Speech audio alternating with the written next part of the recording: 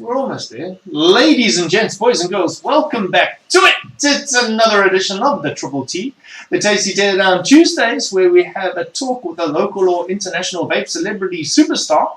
Unfortunately, tonight we have Tuesdays where we... Really, bro? Uncle Kurt from Vaping saved my life. Appreciate your time, dude, that you put into the whole industry. Thank you for being here again. And like I've always said, anytime you need my channel, you just let me know if there's something urgent that needs to be put out in the public space. Let's jump on it and let's get it done. How you doing? Thank you, Brent. Thank you very much. And yeah, thank you for the invite. I really do appreciate it. Yes, it's been interesting. It's been a very interesting couple of months in the vape world. Very interesting. Yeah. I think...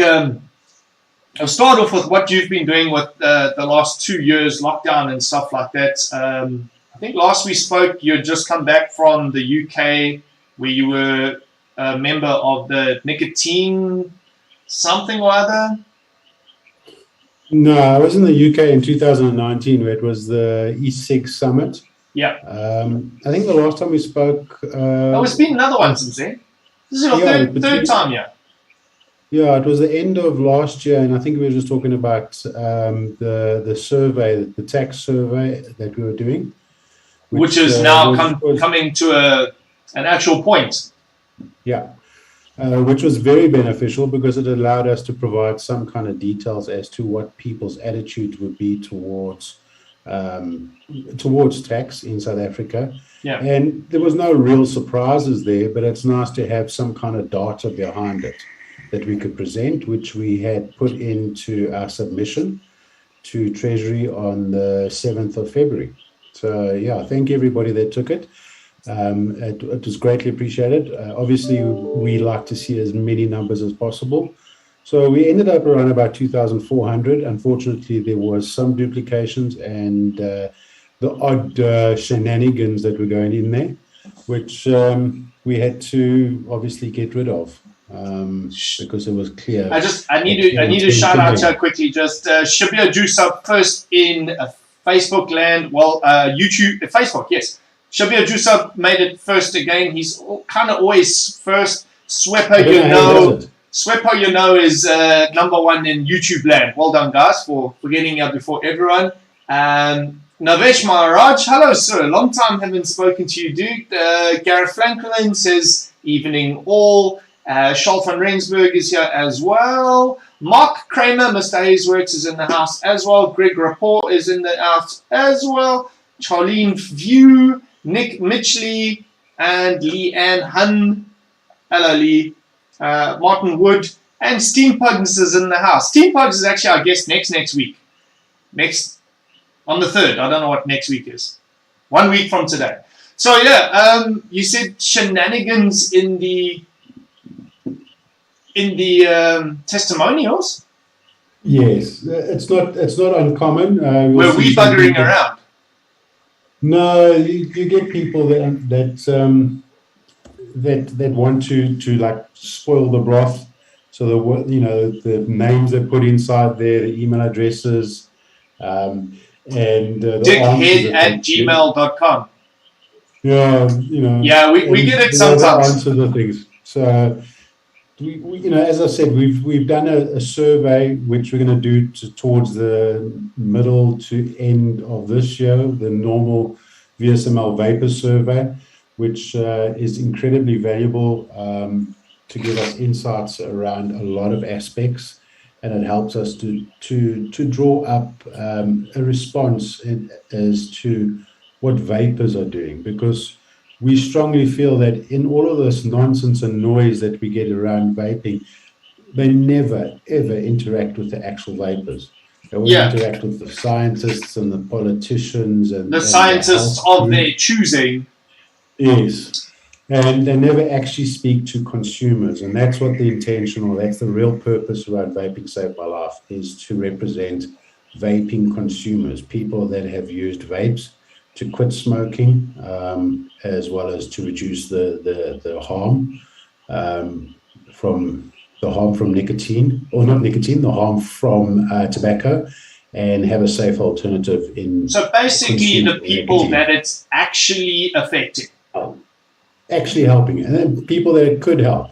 Because one of the biggest things is that it's not just the vapors we're concerned about, it's about the smokers out there that really want to quit, but are reluctant to move over to vaping based on all the misinformation that's happening around them. The you and hate impact. Yeah, that's a real fire in the poker in the fire, because I've spoken, the same story. You walk around town, you're vaping or whatever, and there's always somebody that's. I find that a lot of the time, the people just want to tell you that, oh, do you know what you're vaping? Like, do you know that's bad for you? And then I'm like, I don't know. My first rebuttal is always, are you a smoker? And every single time, no, I don't smoke. So well, then don't fucking get involved in my stuff. Like, just go away. Do you walk up to people in the mall or standing outside of a mall or a restaurant and go, when they're smoking a cigarette, walk up to them and go, you're killing yourself? They don't. But the people who are smokers, the ones that say, yeah, you shouldn't be doing that. And I see a cigarette in their hand and I'm like, come here, brother. Let me help. Let me talk to you. Just give me 5 minutes. And always I ask, what do you know about vaping? What have you seen about that? No, I saw a Facebook article, things like this, like a small write-up or something in the newspaper that's really detrimental to the effect. And they always have the same stamped out impression of vaping. And it's it's always popcorn man. It's always popcorn man. But it's always very few people, and I find I can convert them very quickly. I love that shit. Like I'm not one for drama, but I'm willing to help people. I love it.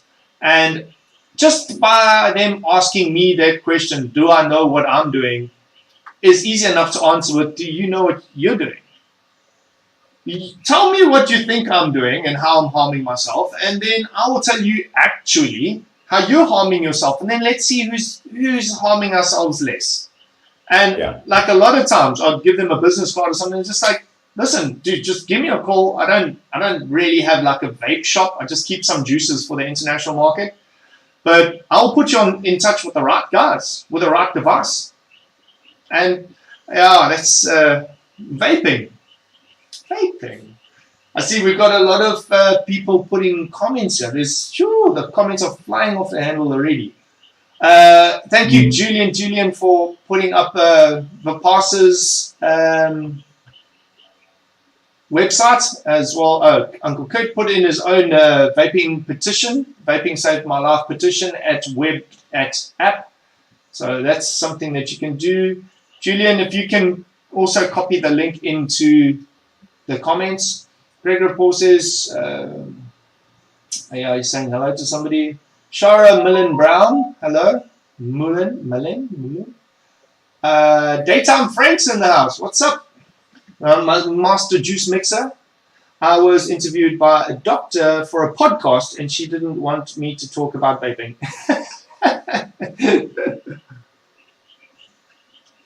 We can call it the discipline of vaping. Yeah. Shabir Jusuf says, I see this as an amazing opportunity for people to be educated about vaping, especially ones that don't know about vaping, or the people that believe in the whole popcorn lung story bullshit. My boss did that. Navesh Maharaj says, my boss did that to me the other day, sent me a link about a person in NZ, so New Zealand, that apparently died from vaping. I got so irritated. It was BS. The kid that died in New Zealand, he had like chronic lung issues, and he was at a party, and they were passing vapes around, and he collapsed, and his lungs stopped working. But if you look at his medical history, the guy had already had like half of one lung removed and stuff like that. And They said because he was drunk, his blood was thinner, and he like got too excited, he fell over, cracked his fucking head open. That's why he died. Nothing to do with the vape. It's, you know, it's like COVID. You go in, you get in a car accident, you die, and it's like, no, but he died of COVID. It's fun and games. Yeah. So, you... Oh. See, I know things that I shouldn't know. If there's any new things happening in your life in the last year, and you would like to reiterate, feel free to do so now. What's up, big guy? Craig's in the house.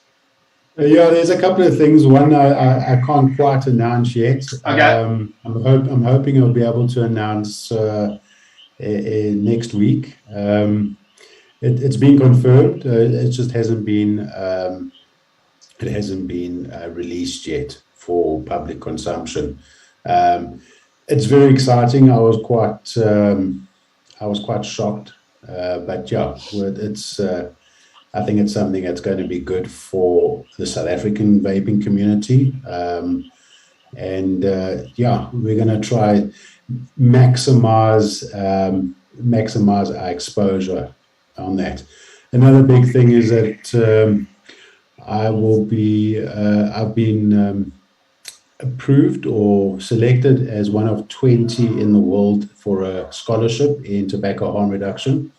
And that kicks off around about June, which should see me go to Poland for a week or so, and then spend the next year doing online correspondence. And that's just to obviously improve my knowledge around tobacco harm reduction and bring those skills and tools into the South African conversation, as well as having the support of some of the brightest minds in this aspect of health.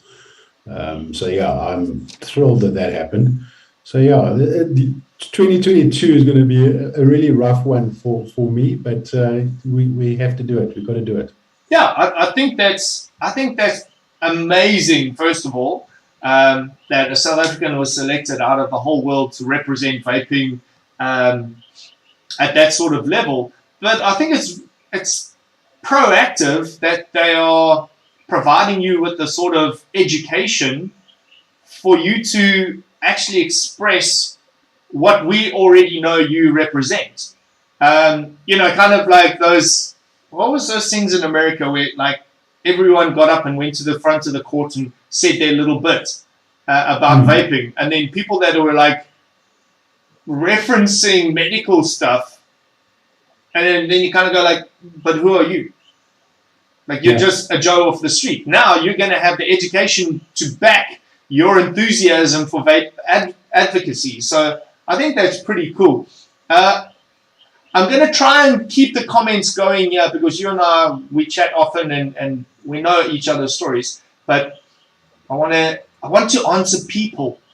Swepo had a very nice question or a statement. He said, I've been vaping for over 10 years. I've made thousands of friends all over the world through vaping. And guess what? Not a single one of them has ever had popcorn lung. Shocker. Yeah. So did you by any chance see the broadcast on E! News the other day? Recorded it and then mentioned formaldehyde. Sasha Marez, the formaldehyde.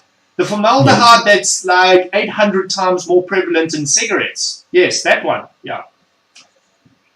I don't even think that there is formaldehyde in vaping.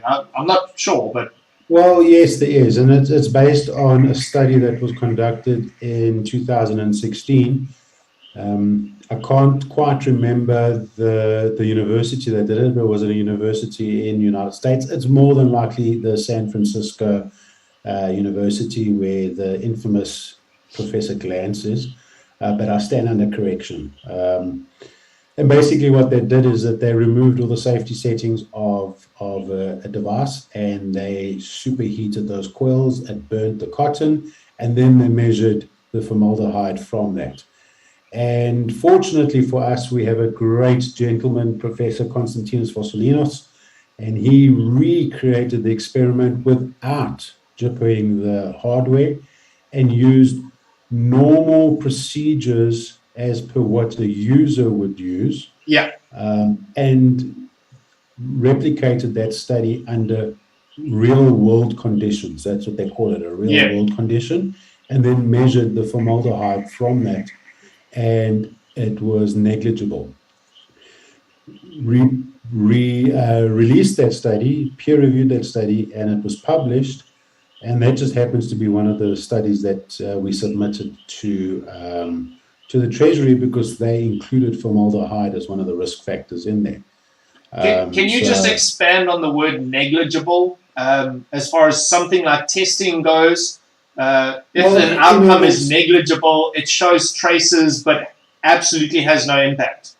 Well, everything in life has thresholds, and there's safety thresholds and there's thresholds that are considered as harmful or less harmful or extreme harm or whatever.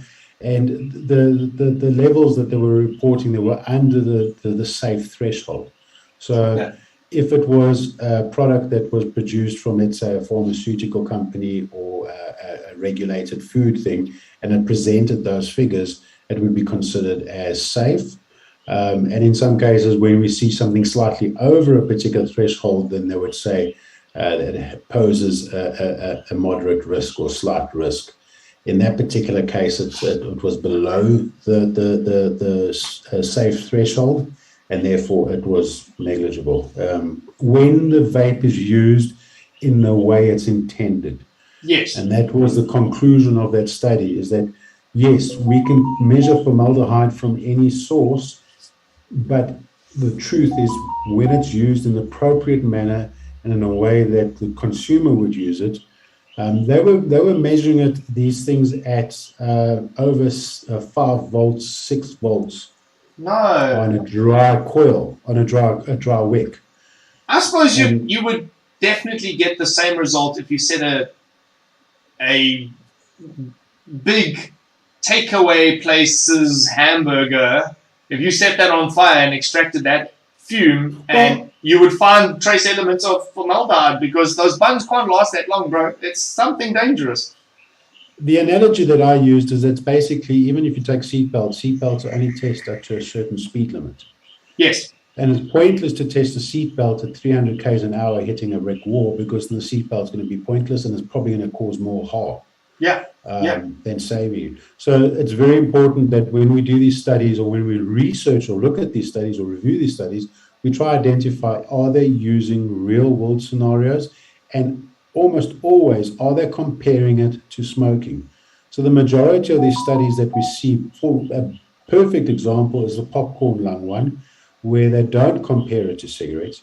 And fortunately, again, we have another superstar in the tobacco harm reduction space called Professor Michael Siegel, and he referred to diacetyl in cigarettes being 750 times more. And we've never had a reported case of popcorn lung in cigarettes. Yeah. And the interesting thing is that even if you look at how strongly... That's something that I really didn't know, that there's diacetyl or trace elements of diacetate in cigarettes? Yes, 750 times more than the strongest vape juice ever recorded. Wow. The issue then is that if you go back to the ways tobacco is regulated, and the kind of studies and risk profiles or risk communication they put out there, never ever have they once indicated that cigarettes can cause popcorn lung. And this all goes back again to the horrible year of 2016, where all of these sudden studies started coming up. Popcorn lung being the one that started it all off. And then we had the formaldehyde, and then we had the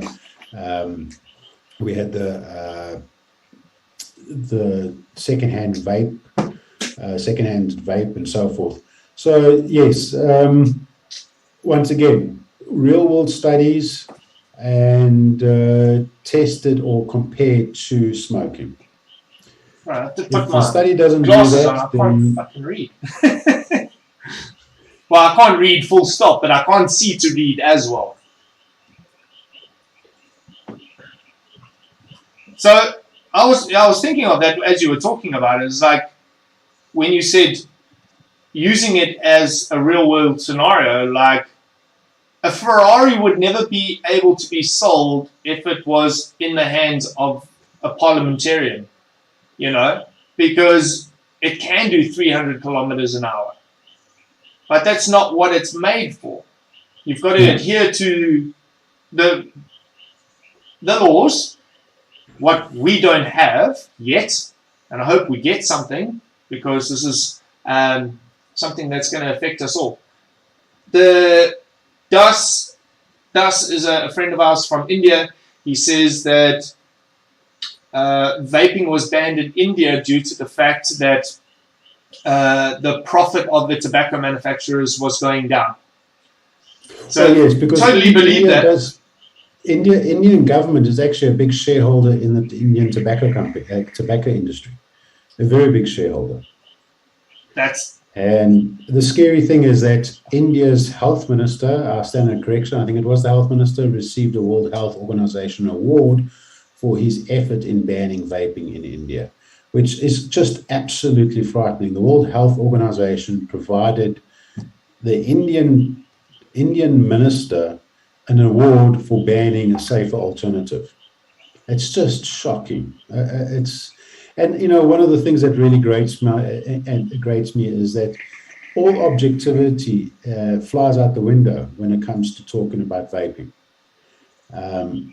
and it's ludicrous. It's just absolutely ludicrous. Julian says the news companies, we won't mention the names because we don't want to get in trouble, but the sort of online news agencies who used made up news articles from 1943 as reference points about vaping. Yeah, 1943 when we all started vaping. Oh man, that's just insane. Keizo SA Vape Reviews. That's the next guy I want to get on my channel. Says, good evening, guys. Kurtz, gracias, Uncle Kurtz, on the achievements. There should be a big boost for our vaping scene. Hope you get the scholarship. I've got it. Yeah, he does. He's been selected. It's all a matter of if he can travel to Poland. That's almost getting its ass blown out of it. Yeah, we're not getting into that. Mr. Hatman's in the house. Edwald Ferreira's in the house as well. Every time I see that Ferreira, I'm going to go buy some Ferreira's Brochet chocolates. It's like my favorite. Big respect to your Uncle Kurt. A lot of people just singing your praises, bro. I don't want to. Thanks, guys. Thank you. Yeah, thank you. Dude, you've. I don't know if everyone knows your story, and I don't think we need to go over it again. But Uncle Kurt he got burnt a little bit by the vaping industry, and now he's probably the biggest vape advocate in South Africa right now. Like, nobody else is doing as much work for vaping as Uncle Kurt does for no salary in the background. Like, he's protecting our rights, and he does have a Patreon link. So if you want to go do a little donation or a monthly subscription like I do, hit it up. Julian, if you can find Uncle Kurt's Patreon link, please put it in chat. It's flight tickets all over the world need to be paid and shit like that. Guy needs internet.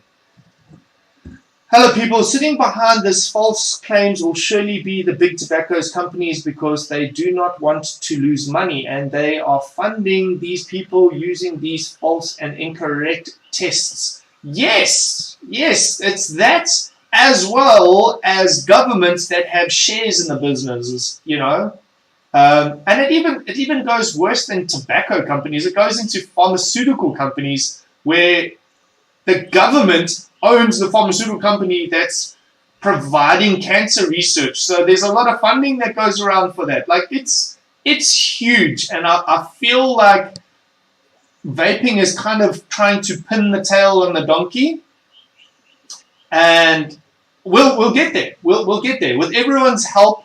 Everyone go sign your petitions, follow the links, put your words into writing, put it there, check the box, make sure that you're heard, because in 1 minute, because I've segmented this, in 1 minute I'm going to open a can of worms for everybody, a big one. I'm going to tell you how much they are estimating the taxation on vape juice will go up. You're going to shit pants. This is Navesh Naraj. Yep, and the minister that banned it in India was the finance minister, not the health minister. Thank you, Navesh. Okay.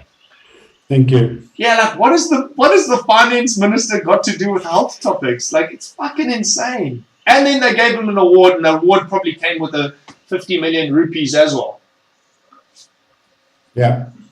Das says 25% shares in tobacco companies, and it's not the health minister that banned it, it was the finance minister. So I don't know if he has or the government has 25% shares in the tobacco companies in India. No, the government certainly does have a very, very big share in Indian tobacco. Yes. It's crazy. I mean, it makes kind of sense, like every Eastern European country owns 50% of whatever car manufacturer there is, because that's a government is a business. They need to receive money to spend the money to keep it going around. And it's a business by the people. But owning shares in a tobacco company that is actually harming your people of your country, it's fucking insane. I understand them owning shares in medical or technologies and like stuff like that, but yeah. Hello, Lillian. I don't believe they should have any link whatsoever to any commercial ties, because they are elected or should be elected. If we refer to a democracy, yes, they're elected by the people. Yeah. And if there's a conflict of interest, even if it's in a business that is relatively safe, it shows South Africa is a prime example of where this can go horribly wrong. Horribly wrong. Horribly wrong, but nobody can prove it. Yeah. So, yeah, it's, just referring to the big tobacco thing and how they're playing their role. I'm no fan of big tobacco at all. Big tobacco has hurt me personally severely. One of the major reasons why Craig and myself started Vaping Saved My Life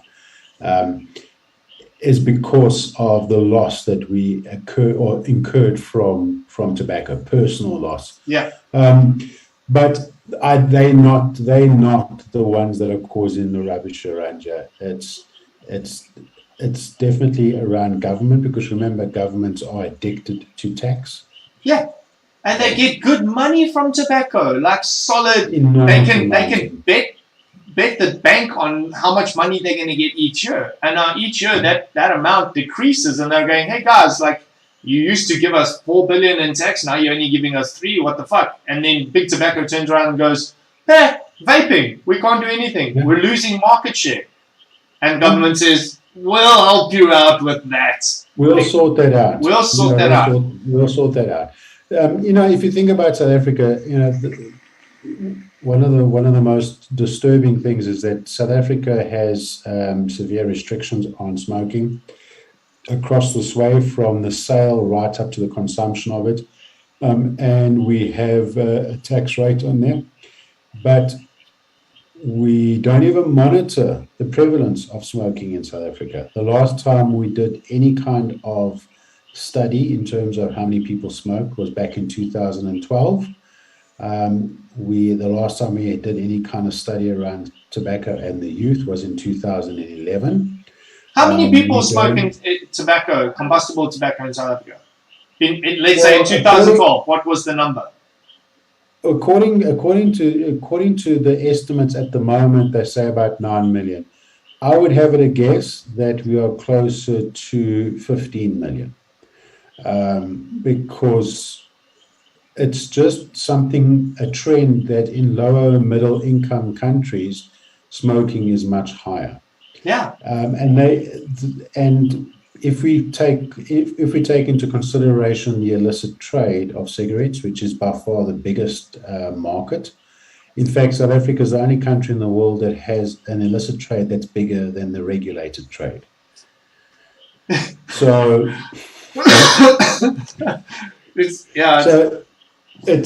but getting back to South Africa is that we don't actually monitor the prevalence. And one of the things that was quite glaring is that during COVID, they couldn't tell us how many people were smokers, but they could tell us how many people were diabetics.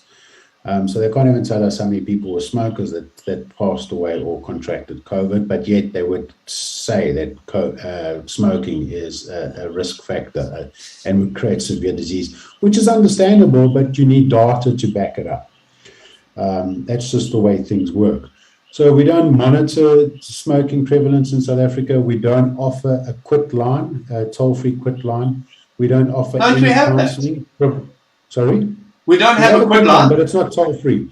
So according to the World Health Organization... I thought that was mandated that...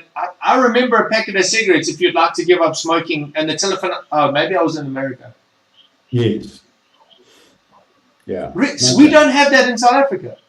We have a quit line. National Council Against Smoking has a quit line, but it's not toll-free. Now, according to Article 14 of the World Health Organization's FCTC... That quit line has to be toll-free. Yeah. Under the same article, which is the only article that looks at assisting smokers, we should have counsellors or at least counselling facilities at national health institutes. Yeah. We have none. We don't have subsidies for NRTs or pharmaceuticals, which is part of Article 14. So we get taxed, or smokers get taxed, they get ostracized, they get stigmatized, they have to pay extra on their insurance and so forth. And in some cases, in public health spheres, if you are a smoker, certain medical procedures are declined if you are a smoker. However, there is not a single thing available to a smoker wanting to quit provided by the state. If you want to quit and you can't do it by cold turkey and you want to try NRTs or you want to try pharmaceuticals or you want to try counseling, you have to pay for that. And now, if you think the majority of South African smokers are on the breadline or below the breadline, they have no chance. Now, what we I just want to dumb down the word NRTs that Kurt's referring to is nicotine replacement therapies. Okay. So patches, chewing gums, fucking lip balms. In America we even have nicotine fucking toothpicks. Yeah. So that you can chew your toothpick all day and you're getting your nicotine a little bit. But yeah, so NRT is a nicotine replacement therapy. So we don't do any of that, and we don't even monitor the prevalence of smoking in South Africa. Honestly, goodness, really, I'm learning this for the first time. So I remember when I was at school and you maybe had some like itchy balls or something, you could go to the library and there was always a clinic next to the library and they would like give you a handful of condoms and a cream. I'm asking for a friend. But so if you want to quit smoking for real, you go to a clinic, a government clinic. There's nothing they can help you with? Nothing at all? I know of one place which is probably running in Cape Town that is run by a particular hospital. And once again, I stand under correction. It could be Groote Schuur or one of those hospitals where that's the only clinic that is available to the public for free. And I don't believe that is a health department initiative. I believe that is a hospital initiative. So they're taking funding from their own budget to do that. I really I'm saying but that's the only because there's no stimulus for that, they would have had to find the money somewhere.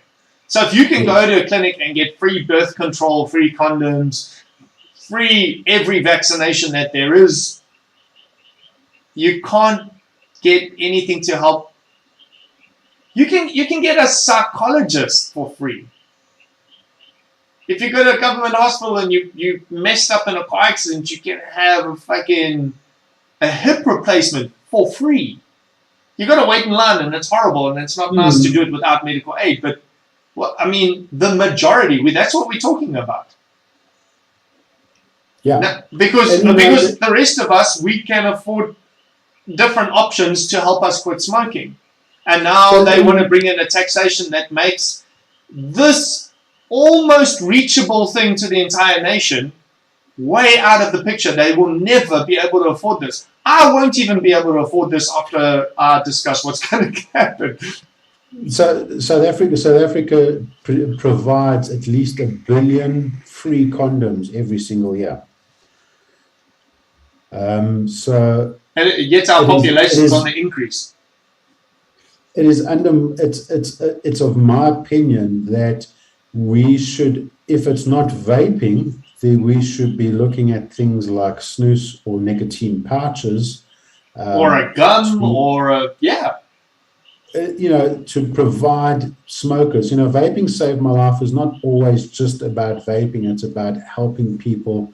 It encompasses harm reduction. Exactly. And it was probably back in those days, this is 2017, we were just overexcited that we found something that helped us so significantly to quit smoking, and we got wrapped up in the whole vaping thing. But as time has gone by, we realized that there are other solutions that could assist. And we're not against NRT by no stretch of the imagination. Yeah. We're not against, the only thing that I'm probably against is some of the pharmaceuticals that were available. One of them has been removed from the market because... Causes heart attacks. Because it has a compound that causes cancer. Okay. Yeah. And it was removed off the market.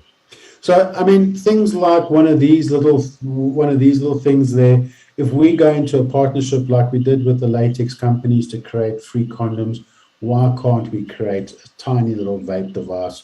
Or why can't we have a pouch, a government-issued pouch? My bro, the disposables cost nothing nowadays. Like nothing. And if government said, we're going to buy 1 billion disposables from you in one flavor, they would get it for cents. Yes. My mind is actually blown that we're talking about the average person in South Africa, the average worker, can't go to a clinic to get an NFT, help off of tobacco at all in any way, shape, or form. And I mean, if you've looked at those things in the pharmacy, and I tried a lot of those before I found vaping, they're cuck expensive, bro. Let's talk about expensive. Yes, let's do that. So, for those of you that are watching, the budget minister has said that taxation on vaping should be divided by the milliliters of vaping. So, therefore, they will tax each milliliter of vape juice that you're using. So, if you have a bottle like this, that is a 100 ml bottle, that normally retails, I would say probably $2.20, say around about there.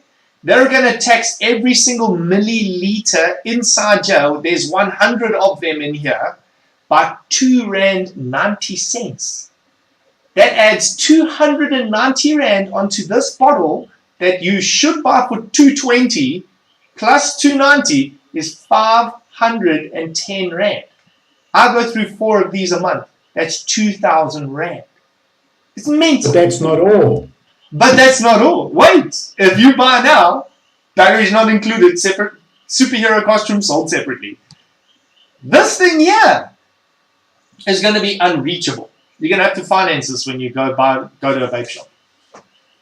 Okay, what is your take on the taxation of the e-liquid firstly? Okay, obviously we were dead set against any taxation on a harm reduction alternatives, strategy. We don't see Coke Zero or Coke Light text. What we do see is a stabilization between the sugary content and the non-sugar to make the price the same. But in this case, what they're suggesting is that if you're going to tax a nicotine product at £2.90 a mil, that is a lot less or a lot less harmful than the other product, and it's going to be a lot more expensive. It's just completely unethical. I and Vaping Save My Life are dead set against any tax on harm reduction. We should get a tax fucking rebate for vaping. We should see that, and then you're starting to see countries around the world that are starting to play with these ideas.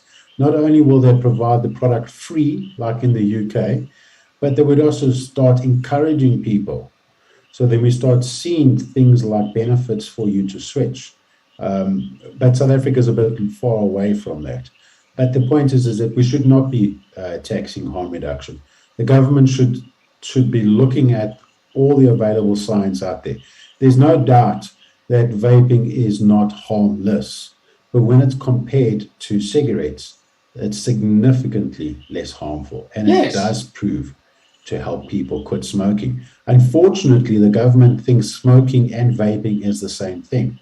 And hence our new campaign is that vaping is not smoking, which is what we're doing on Twitter at the moment. And as part of that petition that we've put up in place. So there's a big program that we're working on to prove that there are benefits to smokers. We don't agree with underage vaping. We don't agree with people that are nicotine naive to start vaping. But what we do agree with is that people can make their own choices. Adults should make their own choices, and they should be based on proper, accurate information. And the information that we're seeing is incredibly one-sided and biased and steeped in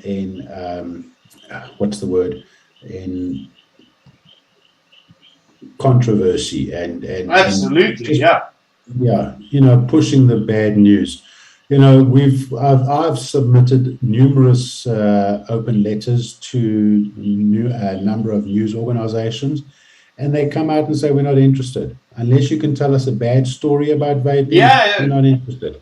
Yeah. And it's shocking, and it's so blatant to say, no, we need to tell us if you know of somebody that had a lung fall out their mouth while they were vaping, then we'll consider it. Yeah. But if you're telling them about... There's no feel-good stories that sell papers. No. So Diana Abdul, you asked before, I think you asked about what the taxation equates to 120 ml bottle 2 mg. You're looking at roughly 650 Rand for that bottle, my mates. And then Bill Weinberg said, I heard mg of nicotine, either way it's ridiculous. So he's referring to the milligram of the bottle size or the strength of the nicotine in there. I didn't see anything in the package that said a 2 ml is going to get such a taxation, 3 ml gets this taxation. It's just R2.90 per milliliter if it's a vape juice. Probably even if it's got zero nicotine in it, it's R2.90 per ml. Well, we got to be honest, Jay. Is that he's based? I think this is his first budget speech, and he's relatively new to the job. I think he misspoke because, according to the discussion document that was released on the 15th of December, it gives you 3 different options that they were exploring. Categories of taxation. The main option that they were focusing on was a combination of mils as well as nicotine strength, and they were talking around R2.03 for the nicotine strength and 87 cents to the mil. And so 87 cents, 0 milligram nicotine. So 87 cents you'll pay around about R8.70 on 100 mil 0 nic. The nic component was set at around R2.03. But is that a 1 milligram nicotine or a 2 milligram, or if it's 1 milligram? If you have a 50 milligram, nic, then it would be the 50 milligram times sorry, R2.03. Yeah. So if you have 50 milligrams, then you would be paying R2.03 or R2.30. Sorry, R2.30, I think it is. It's just so many numbers at the moment. Yeah. You would pay over R2 for every milligram of strength there is, and there will be 87 cents per mil. Oh my God. And he was referring to the R2.90, which was the middle ground of that figure. Uncle Kurt. So I think he misspoke. The average disposable only contains 2 milligrams of liquid. Yeah. So it's going to be your initial and then R2.03 for, so that's going to be R4.06 on top of the normal price of a disposable, which makes disposables still affordable, but it makes people like us completely dead in the water. No. When I did the calculation, it's on Vaping Save My Life's Facebook page where I broke it all down. And things like the higher the nic content, the more expensive the device becomes. So the 2 mils, which is just 87 cents. But when you start saying R2.30 or whatever it was, R2 something, times 50. Oh, okay. So it's calculated by 1 milligram. So if this is 2 milligram, you get charged twice. If it's a 50 milligram vape pen, you'd get charged 50 times. I like that idea because get rid of the disposables, bro. But which at the end of the day, unless you are a zero nicotine vapor, this is just based on one of the options. Unless you were a zero nicotine vapor, then you wouldn't be too badly affected. However, the most affordable option in terms of percentage rise would be the 60 mils. 60 mil 3 milligram or 60 mil 0 milligram would be the most affordable option. And that goes against what the current market trend is, which is 120 or 100 mils on the open tank solutions. But disposables, particularly higher milligrams and nic salts and that, would see a significant jump. So if we take, I don't have any nic salts around me, but if we look at nic salts in the 30 mil, that's just, especially if you go to the 35 milligram strength, the 50 milligram strength, the prices on that is just ludicrous. Yeah, it would be like 600-700 rand for 30 mils. It's going to be mind-blowing. Yeah, we're looking at least a 200% jump. And that would even affect, for example, the little Voos 48 milligram pod there. That price jumps up by over 200% for that phone. I'm a little bit dumbstruck. It's like, how can this even actually be happening? Like, so what do we do? What do we do about it? We fill out our petitions and we fill out our what's that thing called? Testimonials, and we just keep on feeding the information back to government and have people like you in the right position to advocate for us. Well, yeah, I mean, we ask the customers to give us some teeth, and that teeth is data. And that data is in the form of testimonials and surveys and petitions, because that's the only way that consumers can really interact with this process. Then they are certainly not going to open up a session where every consumer can go through to Parliament, which the Americans did, yeah. Go there and have a chat, like we saw in the American scenarios where we had people standing in front of a group of suits expressing their thoughts. That time will come with the regulations where they have to have a consultation process in place, and we're certainly hoping that people will participate in that. Short of that, from a VSML point of view, what we're asking for is people to provide their testimonial. That testimonial is on our webpage, vsml.co.za. And that will allow us to submit a file. And it's always been my dream that we're walking with a bucket of files to say, these are the people that vape, these are the people that had seen benefits from vaping as they were smokers, and this is their voices.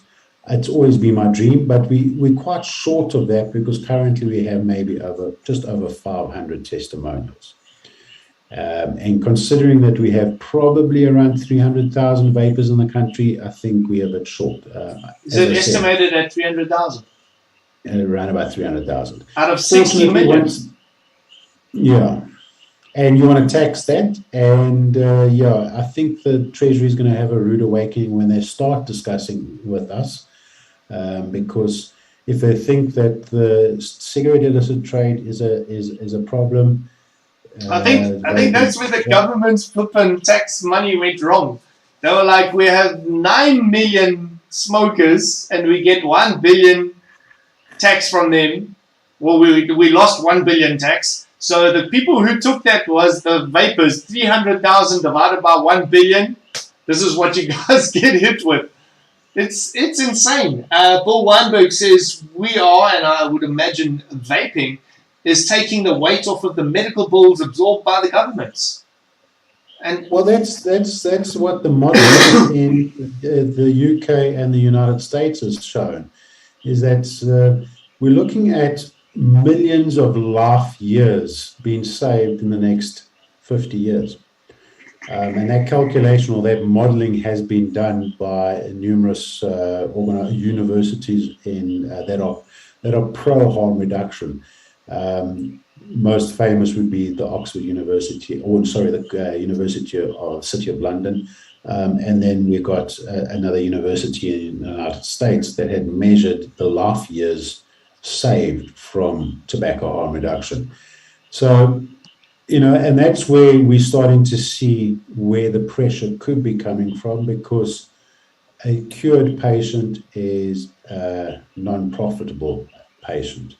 Yeah, so pharmaceuticals have probably the most to lose when you consider their future or their projected income based on people that smoke and so forth. It's a highly controversial topic, but we know that the majority of cancers in the world are caused by smoking, and we know that pharmaceuticals make an enormous amount of money from treating those smoking-related diseases. We're starting to see where the real pressure is coming from. I've got a real.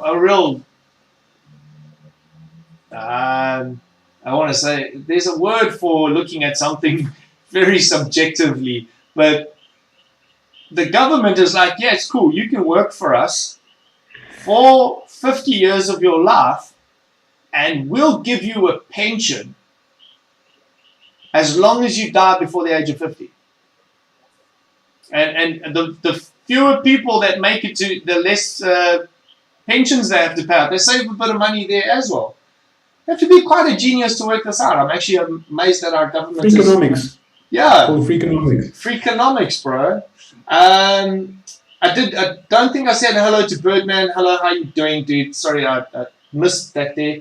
And then there was a comment by, Big Guy.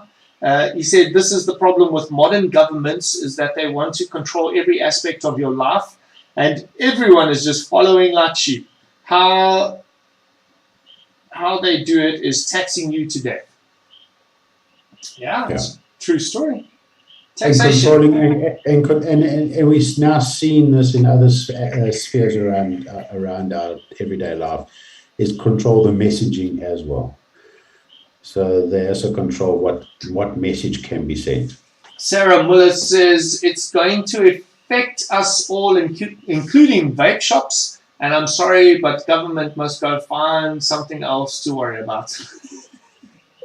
Yeah, just go find something else. Greg Rappaport, because I don't know how to say his last name, but Rappaport is a question for Uncle Kurt. Can you possibly elaborate on what we were discussing before the live, if you want to? There we go. Hey, Greg, you got your answer. Sarah says, we fight, I'm we trying win. to think what we're talking about. Maybe Greg, just Try. Just WhatsApp him quickly so you can remind him of the discussion. To me, tax should be based on the mils OD nicotine the mils of nicotine in the bottle based on 100 milligrams as a standard. Adrian Williamson. Yeah, so I think if you take the nicotine content divided by the milliliters, you come up with a figure and then tax that figure accordingly. No, fine. No tax. Let me make this perfectly clear. If a tax comes in, and it's not going to be small. No, but even if it is small, if a tax comes in, you've now opened the door for them to tax higher of year 2, year 3, year 4. So the idea is no tax. You can't, it's beyond understanding that how do you tax a product that hasn't even gone through a regulation process or a standards process yet. Yeah. Name me one product in the world or one product in South Africa that is taxed, that doesn't have regulation attached to it or a standard or safety standard attached to it. Yeah, because if we're going to talk about sim tax, there has to be a parameter that it fell into and went, hey, sorry, you guys ended up here, you get that much tax. Here they just want to tax before they even have any regulation. Exactly. So there's a process, and it's a logical process, is that, first of all, in parallel, you need to have a regulation and you need to have the standards. And once those have been fully established, then you can start discussing tax. I have yet to see a product that has been taxed before there's any regulation or standard attached to it in the country. And how are they going to attach a standard to vaping? They're going to compare us to combustible tobacco because that's the taxation they want to cap us in. And are they going to test how many people die of each thing and like the carcinogens? And then we'll get our rebate, definitely. So you open the door to taxation, that opens the door for them to then adjust the price however they feel like it, because now all consultations out the window. No, because you've accepted that. There's no consultation around fuel tax, which is a sin tax, an excise. There's no consultation around the tobacco tax or the alcohol tax. There's no process to adjust those prices. So when that door opens, you leave it up to them to decide what tax they want to put in place. Yeah, and no doubt. Harm reduction. In 2 years, it will be doubled. Whatever tax they install, that will be doubled in 2 years, guaranteed. They will find a way and a means to say, oh, but like we have to do this, and that's why that's more expensive. And remember that in the environments of the other sin taxes, there's major players, and then there's only major players. But in the vaping environment, we have maybe a major player, not a massively major player, and we have a whole community of small, medium enterprises all over the country doing their thing, employing their people and so forth. The tax that they're talking about will literally wipe out the entire small business part, which is the majority of vaping in South Africa. The majority of vaping in South Africa is not tobacco affiliate companies. The majority of vapors are open tank or at least Chinese created devices, open tanks and so forth. So implementing a tax creates a skewed or uncompetitive environment, which is a point that needs to be raised, because the only people that will survive for this would be the tobacco-affiliated companies. Isn't that something that we could take to the competitions board as well? Because, that's unfair practice. But we can only do it, and this is where I dump on the independent industry in South Africa. We can only do that kind of stuff if those people are on board. If they can just stop their bullshit around politics and so forth and realize the entire small business, mom and pop shops, SMEs, the guys out there that are employing maybe 2, 3, 5, 10 individuals, depending on their size. Some of them up to 100. If I can think of 2 chains out there, those are the guys that are going to be affected the most. And those are the guys that are doing the best work, the real good work in converting smokers. It's not the other company. So we need to stop this shit, stop the conspiracy theories and so forth, and then start sticking together and join an association like Vipasa if you are a vendor, and activate your consumers to participate in things that VSML puts together, and start elevating those voices, start escalating the truth around it. Get your customers activated. At the same time, get involved with the association. We only have one association, and if there's a vape shop out there that think they can create their own association, by all means, do it. Yeah, let's have 10 associations, as long as we all talk to each other nicely. If we're sitting amongst, and you know, I'm on these groups and I listen and I watch and I'm on these groups and I'm saying, this is the whole idea, is to have you guys bashing against one another. Yeah, that's what it is. That's a divide and conquer. They're just tightening the noose and everyone's running in the opposite direction, just choking themselves out. So to stop this, start looking at what's really at play here, and what's at play here is to get rid of you. Yeah. And because they immediately have the logic, it's the big players that are pushing this. But it's not. It's the government is pushing everybody towards the big players because it makes it easier for them to control. It's very difficult to control an industry that has 500-600 players in it, versus an industry that has 1 or 2 players. That's why we only have one Facebook and we only have one Google.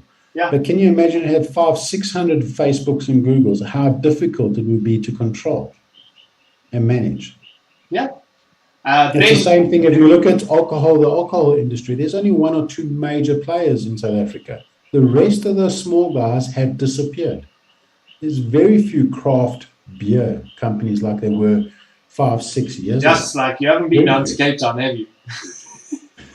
Luxem, everyone is a craft brewer in Cape Town.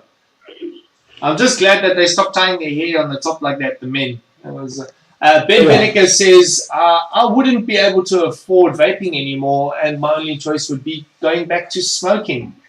Or if I'm lucky, going cold turkey. It's a very sad situation. Yeah. So yes, to get back to what we need to do is we need to start, particular people here that are consumers, is to start spreading the word. Please, by all means, I really wish people would follow and follow Vaping Saved My Life on Facebook. Yeah, 100%. Participate in the testimonials. Testimonials are critical because, as I said, I'd love to drive up to Parliament one day with a nice bucky load of lever arch files to say, this is us. People that have benefited from vaping. These are the people we represent. At the moment, I can fill a 1 lever arch file. That's very sad. The surveys and petitions, if we can have petitions to say, listen, these people don't want you to do this tax, or these people want you to relook at the regulations. There's not saying we don't want regulations. We desperately need regulations. Yeah. But the regulations should be based on scientific, empirical evidence. But you see, it's got that. Then we will be happy. But unfortunately, they're only relying on one source of information, which we know is severely compromised. And it's quite astonishing that people don't know that only 14% of the World Health Organization's budget comes from states, comes from countries. The remainder of that budget or funding comes from private individuals, private companies. Bloomberg, Bill and Gates, Pfizer, Johnson & Johnson, all of those. Which is so corrupt in its own thing. They're like, listen, we'll give you millions of dollars of funding as long as your outcome to your testing is this. And we we strongly believe that no country, especially South Africa, should be dictated by unelected group, which is the World Health Organization. But I don't believe shit that the World Health Organization says about anything anymore, because I've never been involved with them until vaping. And then, World Health Organization, those are the guys that are looking after everyone. They're not. But they should be providing guidelines. They should be providing things. But you cannot dictate to countries how and what they should be doing with their national health. And as South Africans, we should be standing up and saying, particularly when it comes to vaping, say, hang on, we disagree. This is our country. Yeah. It's not the World Health Organization. We're not employees, and we're not that of the World Health Organization. We are South Africans, and we deserve and we demand the right to be heard. And the vehicle that we were trying to do this through is through Vaping Saved My Life. Yeah. Because it's a consumer movement. It's not even an NGO. It's not even a group. It's just a movement. It's just a community. It's just an ideology or thought of having people that have found a way to quit smoking. And as I said earlier, I don't mind how a person quits smoking, as long as it's done safely and it's done it's done safely and it's successful. Then I don't mind. I don't care if a person used NRTs. I don't care if a person used hypnotherapy. What I do care about is that they quit smoking. Yeah. And we just believe that vaping happens to be the most successful means that we currently have, and it should be heard. Yeah, no, 100%. Birdman's an Australian reviewer, mech user. He's a cool dude. He'll be on the show in a couple of weeks' time. He mentioned earlier something about nicotine being prescription only, and another follow-up comment to that, he says they can't tax e-liquid in Australia as it's classified as a medicine. That's forward thinking. I know they do have taxation. Yeah, they have also a prescription. Yeah, it is a prescribed medicine. It does have an allocated taxation on it, but they can't put it into like tobacco tax. I mean, in Australia, I think you're paying about 500 or 600 rand for a packet of cigarettes.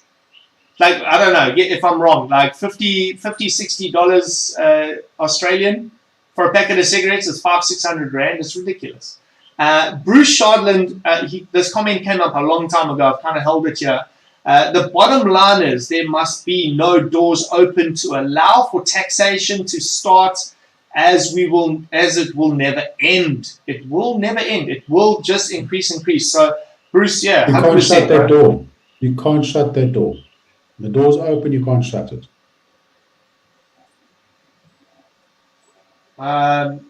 Edward says, how many people have died from vaping? None. Yeah. Well, not we've got to none. be careful with that statement. Yeah, it's not vaping, none. Vaping is a verb, and how many people have died from nicotine vaping? There's probably a handful. But is it a direct with mitigating circumstances? Vaping? Certainly not. It's through other circumstances. People that have died from vaping, we know at least 68 in the United States between 2019 and 20, and that was the Avali thing. We know of a couple of other individuals that have died from vaping. Whether they were vaping nicotine, highly unlikely. And in fact, the head of INCO, Charles Gartner, is actually put up a bounty that if you can prove that nicotine vaping had killed somebody, he will pay that bounty onto you. And people are donating into that bounty, and that bounty is climbing slowly but surely. So if you can actually provide conclusive evidence that nicotine vaping killed somebody, you take the bounty. No one's claimed it yet. Can't. Bruce also says the biggest problem is that we don't all stand together and take a stand against this bullshit. And that's what Uncle Kurt's trying to do with Vaping Saved My Life. He's transcendent of every vape store. Kurt is friends with everyone. There's no bias for anything because his number one thing is harm reduction. And how can you sell a product and not be friends with Vaping Saved My Life? It's really... But I've also been known to cuck out a couple of them. That's fine. They must get cucked out. It must... No.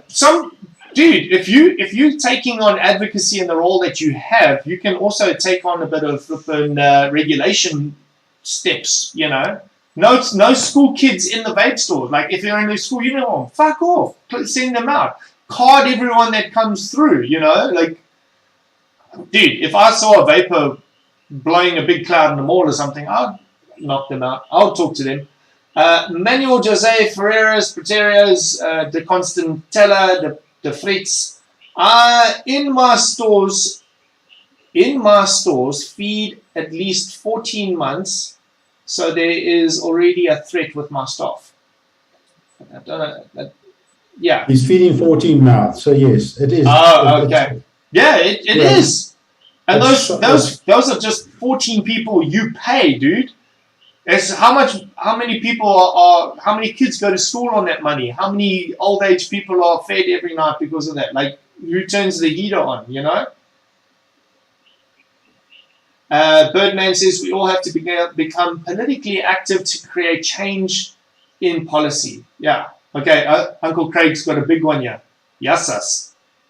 Yes, us. I think we set a world record for longest rant in the comments. All right. Big guy, as everybody knows. He's not here purposely just to piss people off, but Uncle Kurt sits back and gets a snack. It's going to be... I wonder if I'll be able to read all of this. Craig says, I'm going to put my 2 cents here and you can all either take it the right way or the wrong way. The only way to win... 2 cents when you say it's 2 bitcoins. Yeah, it's 2 cents Ethereum. Yeah. The only way to win the war is to fight the battles one at a time. We have behind the scenes won battles through Vipassana, and yet our numbers still stay as low because everyone sits on the fence or acts like an ostrich with the mentality of let the big guys fight the battle for us. Yeah, well, mentally, I've got to scroll up every so often. Is exactly what happened in the US where the shit hit the fan, and there is today, and no matter how many times Kurt or and others might say it, sitting on the fence and letting others fight your fight when it comes to the government will not benefit all of us, and I would add any of us. It wouldn't benefit any of us. Everyone needs to get involved. Every single person that can vote needs to vote. And everyone that has a testimonial needs to put a testimonial forward. It can be fucking 5 lines, 5 words. Just vaping helped me quit an addiction. Boom, that's your testimonial. It's done. As long as there's a name and the testimony, we need that. The only way for this to work is for everyone, and I mean everyone, play their part. And this means some of you will take offense to this, but it needs to be said that you need to get your asses off the couch, I would imagine, and join Vipassana and help us fight the fight from a united front. Sitting on the fence, bitching and moaning and threatening to take shit underground makes you no better than the average criminal. And scrolling. Yeah, I might offend some here, and I say that, but if I do, this means that what I have said was accurate and hit a nerve. And I agree with that. The only way to win the war is with numbers, and currently with all the fence sitters and ostriches, it will be a hard and a long war. So stop bitching and moaning and do something about it. Yeah, my 2 cents. Use it, don't use it. Feed your family, come D-Day or become a criminal. Your choice is yours. At least for PASA, we have a plan, but the numbers and the memberships to fight the fight. So we need numbers and memberships to fight the fight.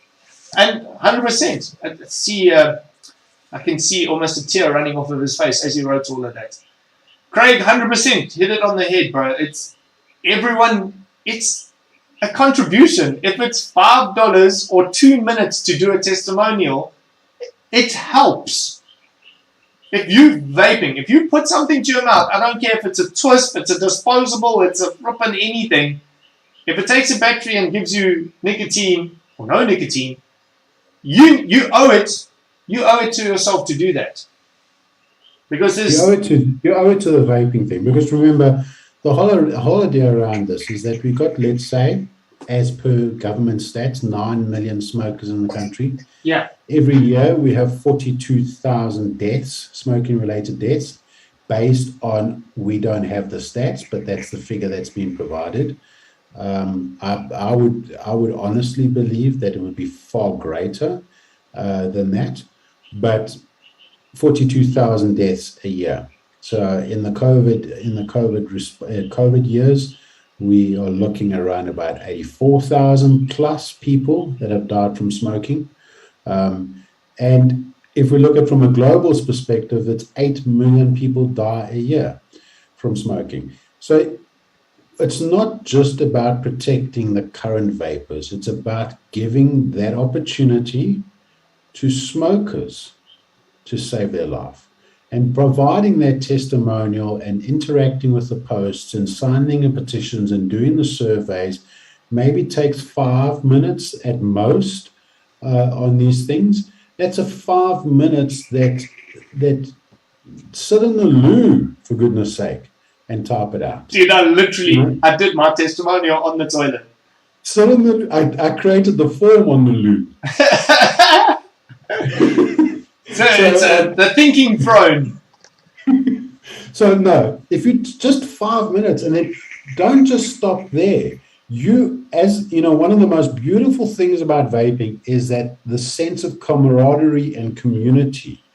We see this at the vape meets. We see this at the vape stores. The vape stores are so essential in this entire process, in this entire system, is that interact with your customers on that level to say, guys, just while you sit here, let's have a chat, fill the form in on your phone, here's the link, so forth. Just fill the form in, add your name to the list, and let's just start growing these numbers, because as I said, we'd love to just walk into cabinet one day with files and files and files to say, these are the people that have said they have benefited. You now owe them the right to do proper research. Yeah. We're not saying this now needs to convince you that it's right. This now tells you that there is sufficient amount of anecdotal evidence in South Africa for you to do a proper independent study of vaping or harm reduction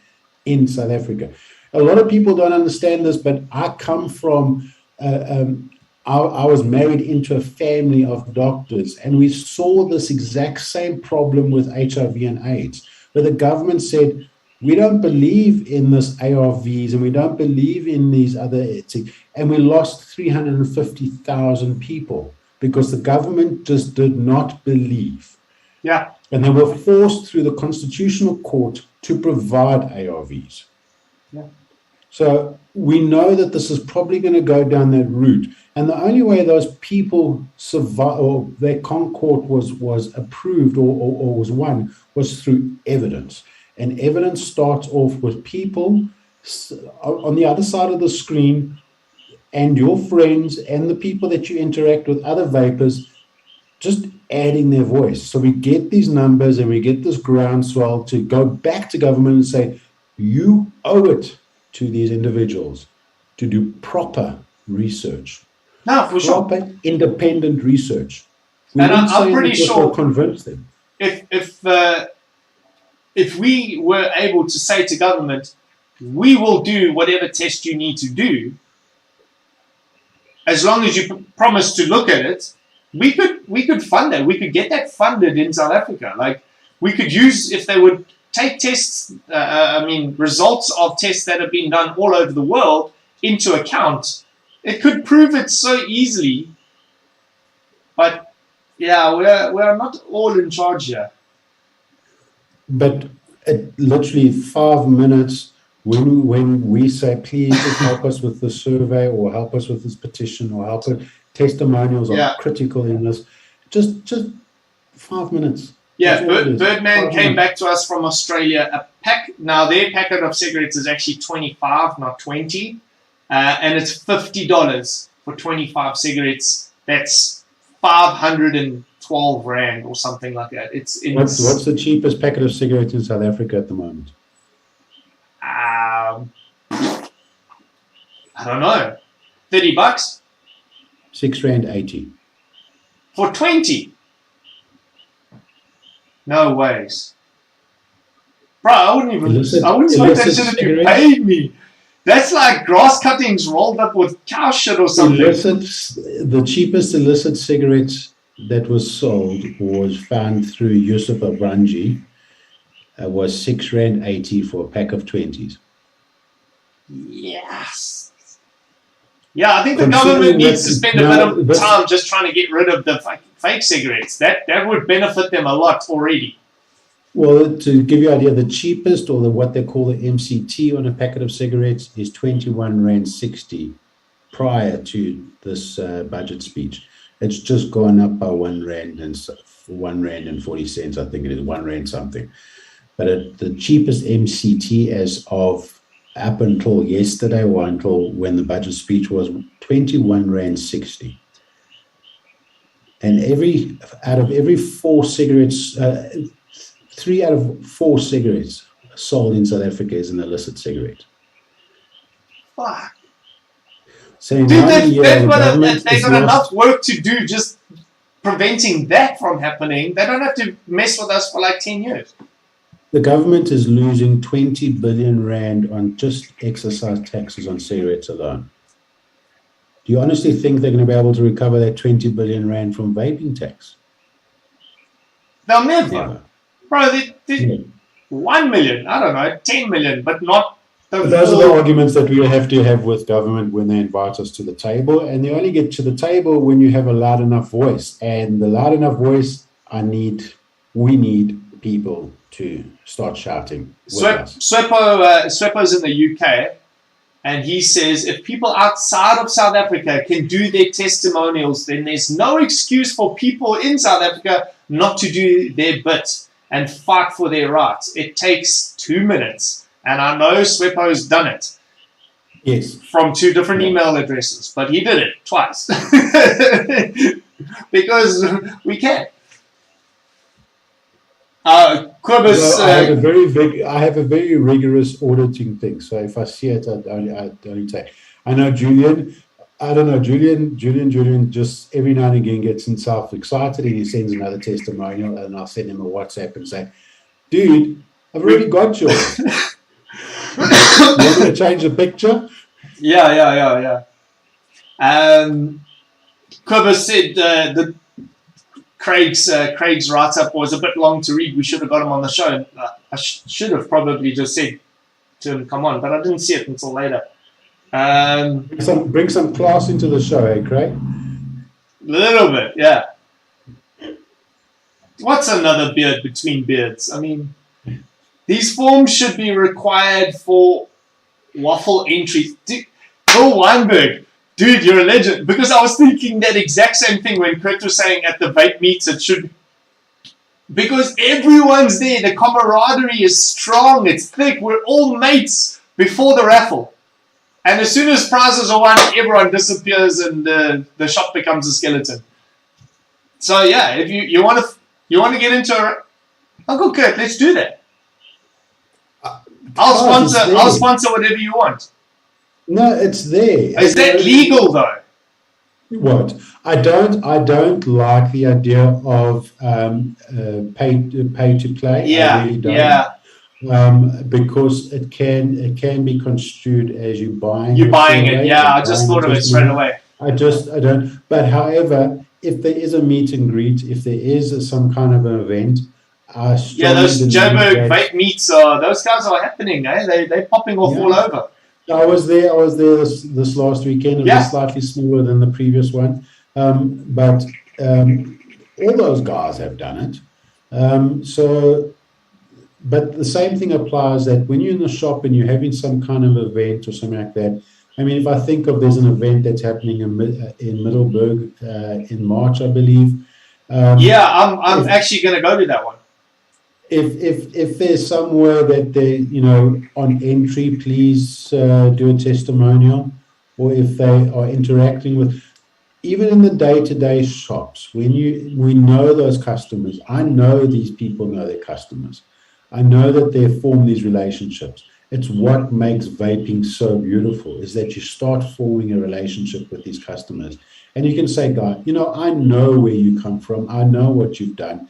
Please, here's my iPad, here's my phone, fill the form in and have a good day.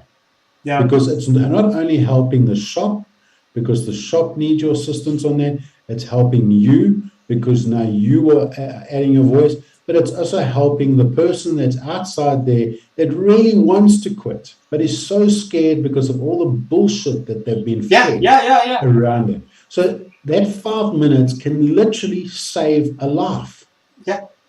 Think of it like that. And that's the whole essence around Vaping Saved My Life, is that 5 minutes and that interaction.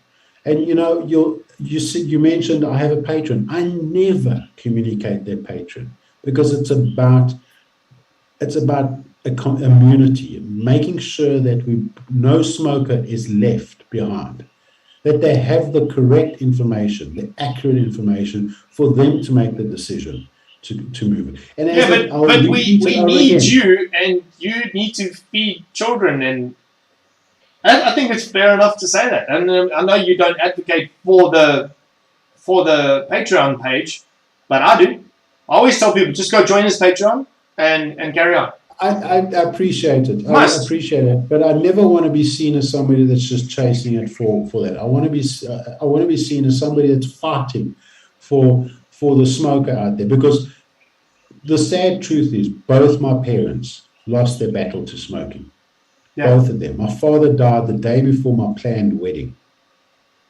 And it was so devastating to the family. It was devastating. Instead of me getting married, we had to plan a funeral. Yeah. Because my father died from a heart attack from smoking. Yeah. My mother died from a stroke, but it wasn't a sudden stroke. She had multiple strokes over a course of years. Left her absolutely incapacitated. And she just faded away. So I don't want that to happen to anybody. And there's so many people out there that there's a solution. And it's not just vaping. There is a solution. But these people are being fed the wrong information. And they're just reluctant. They just are scared to take that heat because I might get popcorn lung, although I'm smoking on my B&H or my Camels, and I might just get popcorn lung. And that information is killing people. That misinformation is killing people. Yeah, absolutely. Kuba says, I shared Vaping Saved My Life petition here in Bloemfontein on 2 vaping groups. Only 3 people confirmed that they filled it out. Shocking. People just don't want to get involved, but then they want to cry when it all goes to shit. That happens all the time. Glenn Watts from Scotland. What's up, my boy? How you doing? Mr. GTL 1600.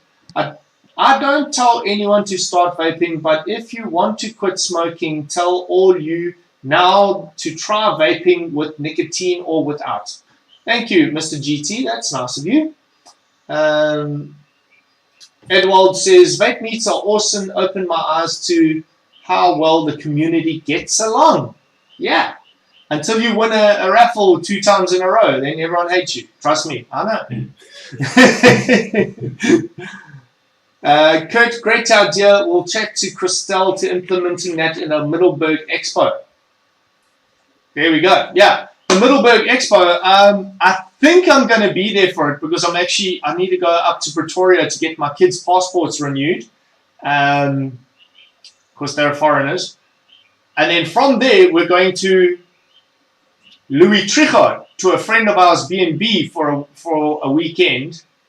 and Middleburg's like in the middle. So I might be available. Middleburg's towards the east, China. Oh, yes. That's what. Yeah, they messaged me. They asked if I could come through. Yes, I'm not going to that one. What was the other one? There was another one. There was a vape event. I could have a stand there and all of this. I'm really, really working hard to get there. I really want to get there. But yeah, life throws curveballs. Yeah, it's. It also says must invite the powers to be to the meet so that the blind can see. Oh, Greg's just like, no, Brent. No, there was another one, man. I looked on the map. It was between Johannesburg and there. Nelspruit. Was it Nelspruit? Yeah. I don't know. Louis Trichardt is north of Polokwane, Petersburg. Yes, yeah. Middleburg is west. That side. Going towards Nelspruit, yeah. I'm not going to be lovely little shop. I love that little shop. It's so cute. Was it Rustic Vapes was doing one? Yeah, that's it. Yeah. Okay, and then Cloud Lounge also said that they're doing a store opening that they wanted me to go at, but I will be in the other side of the world. I'd love to. I'm going on holiday. I haven't been on holiday in like 6 years. In Durban, it's always a holiday. Yeah, I know exactly. Yeah, take a me, bro. Take a me. Flip flops and board shorts. I'd love to go to all of them, and unfortunately, I do have to pay the bills, and advocacy doesn't do that. Regan says, I think there's something happening in Vaping. No, I think it's Middleburg, and that's the Rustic Vape one. Yeah, no, but another thing. Oh, okay. The one that I was talking on. But Vaping and Middleburg are next to one another. They're 30 kilometers apart. Oh, okay. So then I don't know. I have no idea.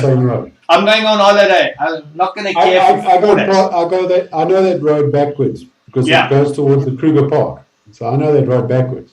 Yeah, we're actually going to go through to the Kruger on the weekend. Go do a game drive towards the top gate. Yeah. So they north of Louis Trichardt by a bit, and then very close to Kruger. So they're a stop-off B&B for people going to the Kruger that have an allocation. So they fly in like a week early. They amble around, go to the B&B for 2 days, go to their week allocation at Kruger, back to the B&B, and then home. Like, who said something here? Glenn Watson said, where does it go? There was a Glenn Watson. Where's your name? Oh, Brent, come to Birmingham, England. Vape Expo in May. My brew. I'm going to be there. I'm there, bro. I'm going to be at the Big 5 Juice Co. stand. Myself and Vaping Bogan are going to be at that stand. And there's a few other little secret things happening. But yeah, I'm going to be at Birmingham in the end of May. Then I'm going to Portugal for a week. Then I'm going to skip Stuttgart, which is the 16th, 15th of June, I think it is. And I'll be back in Dubai at the end of June. So we'll do the Dubai Expo as well. Hashim says, hey, I plan to fit the table or interactive device in each of my 5 stores for customers to complete the petition. Yeah, the testimonials. My staff will be advised to ask every customer to sign the petition. As we know, every little bit counts. Hashim, 100%, bro. That is absolutely... Thank you very much. Yeah. Thank you so much. Most of the stores have a little tablet that they do their POS on. You just have a tab that you flip the screen over and go, customer, fill this shit in. Do it. Take no for an answer. Yeah, I am working on some way of getting a little A5 or whatever maybe in a Perspex display. Yeah, one of those little stand-up thingies. With a QR code, so people can just scan the QR code and that will go directly to the testimonial form or the petition form. We are working on something like that. but as I said, I mean, it's these things. They take time and they take money. So, yeah. And it's all about the money game again. Unfortunately, to fight naivety of governments and the forces of big tobacco also costs the little vape guys shitloads of money. So that's why you need to be a member of VAPASA and join up with Vaping Saved My Life to be informed and to put your statements in and things like that. And be cool. Don't be a dick. Remember? All right, we've cracked the 1 hour and 35 minutes mark, which was supposed to be 1 hour, but hey, it needs to be spoken about. Christel Jacobs-Strutter. Christel Jacobs-Strutter. Brent Christel from Rustic Vape Shop is here. Hello, Christel. Hi. I don't remember. I've been invited to so many shop openings and, like, yeah, they're getting quite serious about it. They're like, oh, we'll pay you a visiting fee. Like, I was like, what? Like, okay, pay for my petrol or my flights or something. Like, I'll sleep on a couch. I don't care. But yeah, I just can't make it on the. I think we leave Durban on the 20th of March, and we only get back on the 1st. So it's a long trip. Christel, I'm working very hard to try to get there. I really am. So I'm really wanting to be there. But as I said, life catches up. Quibus says, get a QR code is easy. Why not have a QR code on the website? Vape shops can then download and print it. Well, what we did ask the vape shops, and I think Vape Munzi in Montana is the only one, and I think Bavork did a little page. But we did ask the vape shops to say, listen, there's the artwork. I provided the artwork. Just create a pop-up on your home page.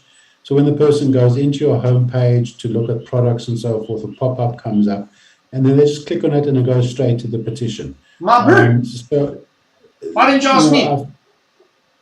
Yes, it's on the VSML group. Yeah, like I read anything. If I need to know something, I phone you. If I need to know anything about current affairs, like I only found out that Russia was invading somebody else, Ukraine. Like I found out like an hour ago. I've only got two hands, and I try to use the tools that we've set up. Yeah. And hope people are picking it up. All right, I'll get Laura to add it to our website. Definitely. So even if you want me to do the artwork, I'll do the artwork for absolute free. I know that Sir Vape are also looking at doing something, which I'm highly appreciative of. And we want to see this on every vape website out there. Yeah, so bro, just that thing that pops up like, are you 18? Have you filled out your survey?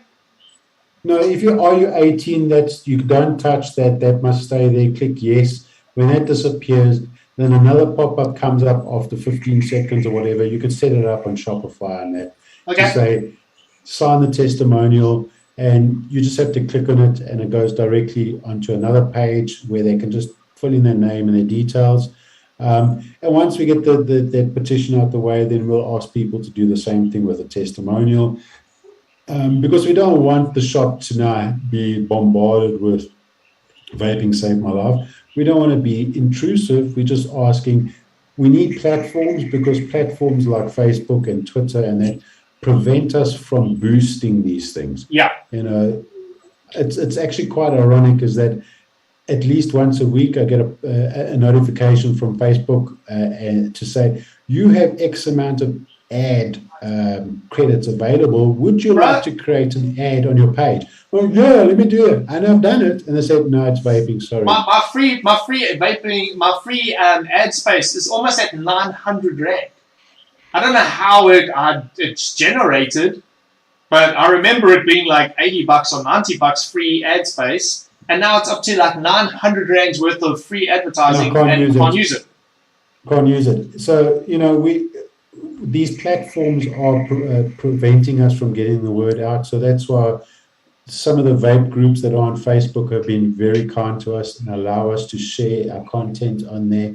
But 100%. once again, we don't want to be too intrusive. We just want to just chip away, and I think the best way we can do this is through word of mouth at the vape shops when you're interacting with your customers.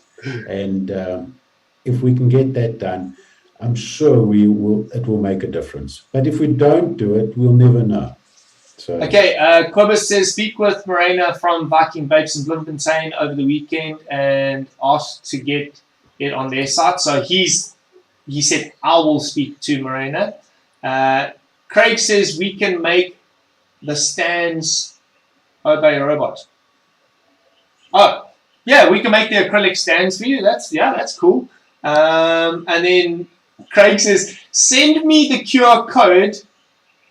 Can have it done ASAP in black acrylic, laser engraved.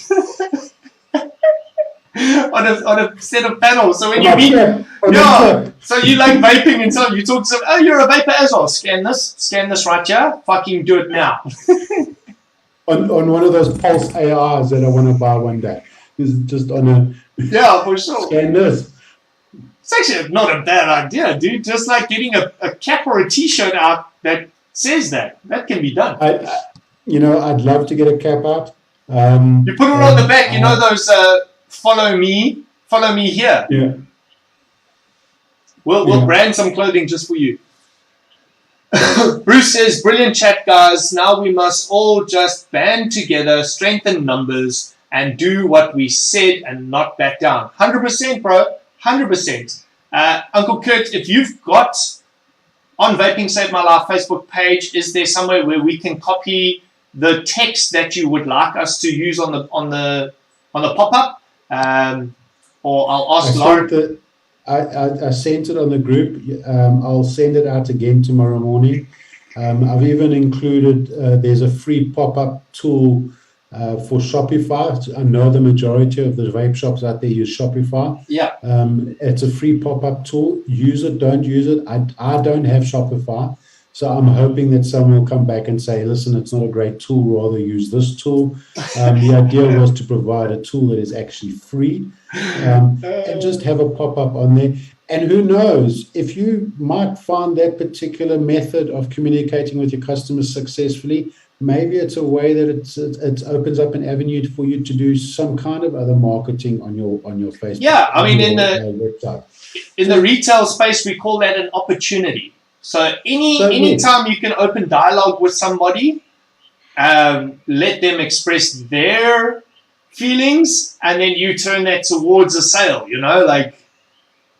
And I will gladly give you the artwork and that with absolute pleasure, no charge, just so we can get that message out. Vaping Mzansi Lee, the lovely ladies there, said they're going to put it onto their website. Christelle said Rustic Vape is on. And Craig says, lol, I meant I can make the stand that can go to the vape shops with the QR code link on it. You chop.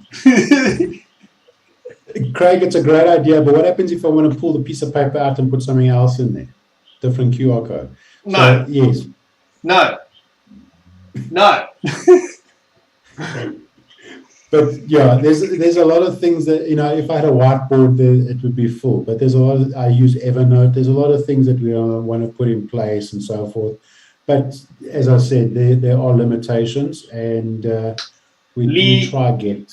Lee from Vaping Mzansi says, I used that tool, but it couldn't add the particular image that.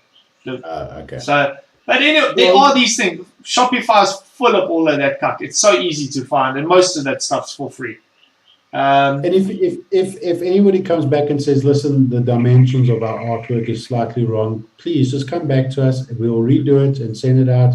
And if you find a pop-up that's free and is suitable, just let us know on the VSML, or just come directly to me so we can share it to everybody. So there's some kind of homogeneous around there that it becomes a common. But I think you should standardize the look of it with the text. So Like just saying, like, this petition is not for the store, it's for vaping in general. Vaping saved my life, blah, blah, blah. Like, Regan says, we're going to do a 2-day event at Gas Monkey in Boksburg this coming weekend. We will push the petition there. Thank you very much, Regan. Much appreciated. Vape Truck. Regan's always on it. Yeah. Always. Thanks, Regan. All right. Anything else, Kurt, from your side? Thank you, Brent. Thank you, Bearded Viking. Thank you, bro. And you know, lots of love. You guys always come to the party. Always extend a helping hand. And yes, to everybody out there, just show some love towards vaping. That's all. Yeah. Just show it. You know, if you're a smoker and you've seen benefit from it, share it so other people can share it too. You know, they can also have that benefit. That's all we want.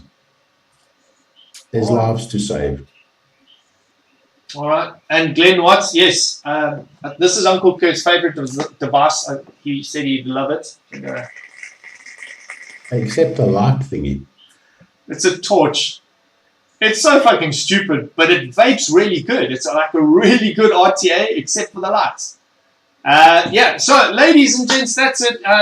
I'm the Beard, that's Uncle Kurt, Bearded Viking, Obey Robots. Where is it? It's over there somewhere. And Uncle Kurt, Vaping saved my life. Remember to join Vapasa as well. Yes, Glenn, we will have a disco in Birmingham soon. Thank you so much for being here. Remember, keep it cloudy and don't be a dick.